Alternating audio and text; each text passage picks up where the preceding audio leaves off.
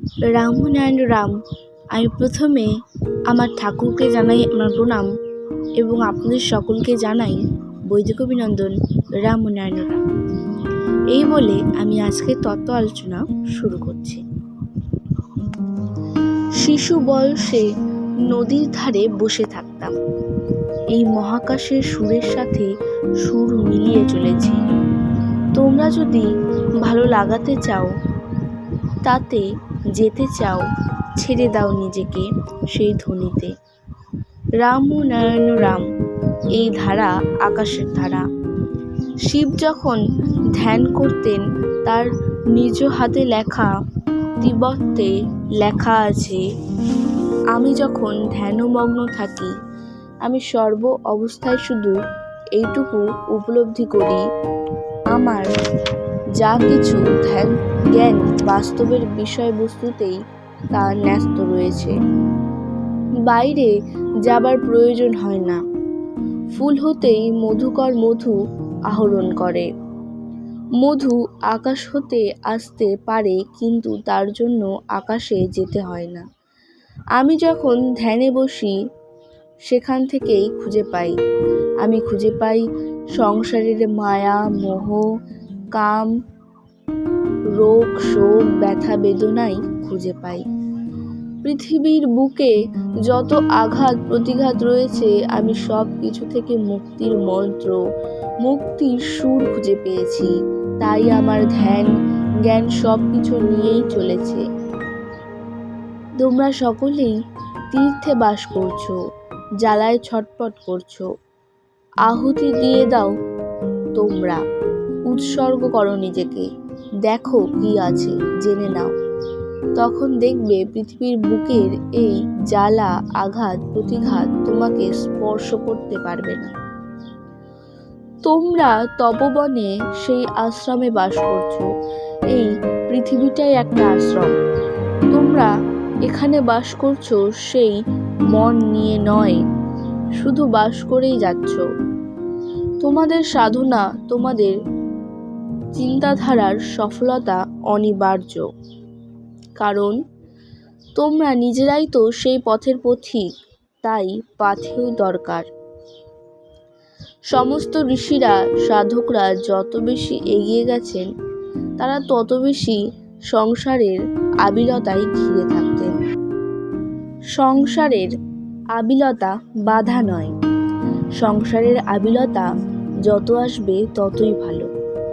বিবেক বৈরাগ্য গ্রন্থ পাঠ করলে হয় না, প্রত্যক্ষ সংগ্রামের ভেতর দিয়ে জানতে হয়। তোমরা এই পৃথিবীতে এই কারখানায় ট্রেনিং নিতে এসেছো। ছ্যাঁচা খেতে হয়। কখন যে কোন ছ্যাঁচা আসবে তার ঠিক নাই। ছ্যাঁচা খাওয়ার জন্য বসে থাকতে হয়। ছ্যাঁচা খেতে খেতে একেবারে ঝরঝরে হয়ে যাবে, ছন্ন ছাড়ার মতো হয়ে যাবে। এই ছ্যাঁচার জন্য তৈরি হয়ে যাও। যত অবস্থায় আসুক, শুধু রাম ও নারায়ণ রাম। এখানে কেউ থাকবে না।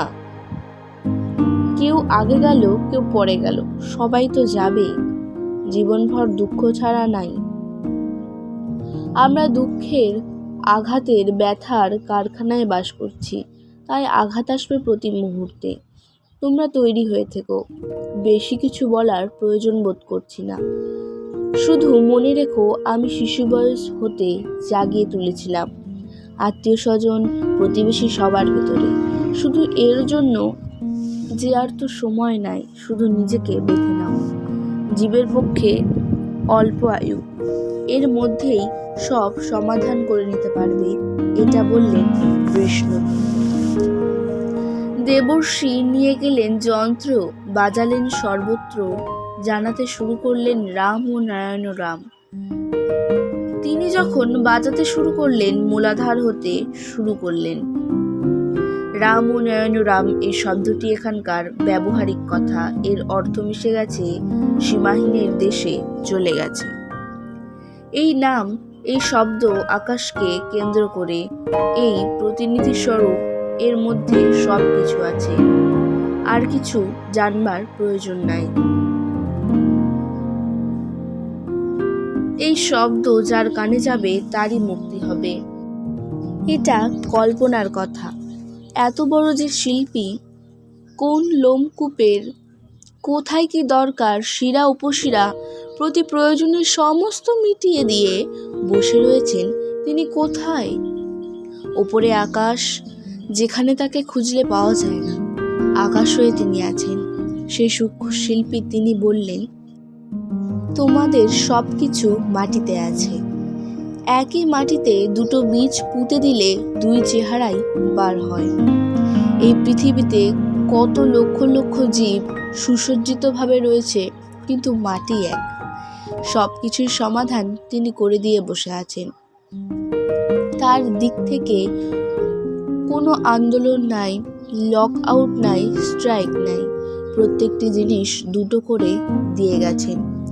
চোখ, কান, নাক, ফুসফুস যাতে একটা কাজ না করলে আর একটা করে বাঁচবার জন্য। তুমি থাকছো না, তবুও যে কয়দিন আছো তার জন্য লক্ষগুণ সুবন্দোবস্ত করে দিয়েছেন। আমার অন্তরঙ্গ আমার সাথের সাথী হিসেবে। কিন্তু আমি শূন্য, আমার দেহ নেই, আমি অনন্ত। আমি আছি আবার আমি নেই। এই নেইয়ের মাঝে আমি সাড়া দিয়ে দিয়েছি।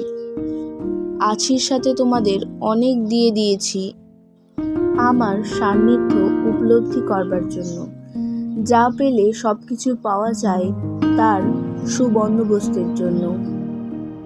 এলো শিব এবং বিষ্ণু, আর দেবতারা ঢেলে দিলেন, নিয়ে নাও।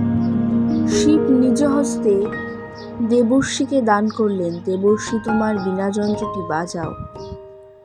শ্লোক: স্বাধিষ্ঠান এই মূত্রদ্বারের কাছে। এক বিন্দু এক ফোঁটা তাতেই উথাল পাথাল হয়ে যাচ্ছে। তোমরা দেখো, সাগর তো পড়েই আছে। স্বাধিষ্ঠানের ওজো ধাতু আসিল ধমনীতে। আজকের তত্ত্বালোচনা মেঘিনী শেষ করছি। দেখা হচ্ছে পরের ভিডিওতে। ভালো থাকবেন, সুস্থ থাকবেন। রাম ও নয়নরাম। প্রতিদিন এরকম নতুন নতুন ভিডিও দেখতে হলে আমার চ্যানেলটিকে সাবস্ক্রাইব করবেন এবং পাশে থাকা বেল আইকনটি প্রেস করবেন। ভালো লাগলে শেয়ার করবেন। ধন্যবাদ।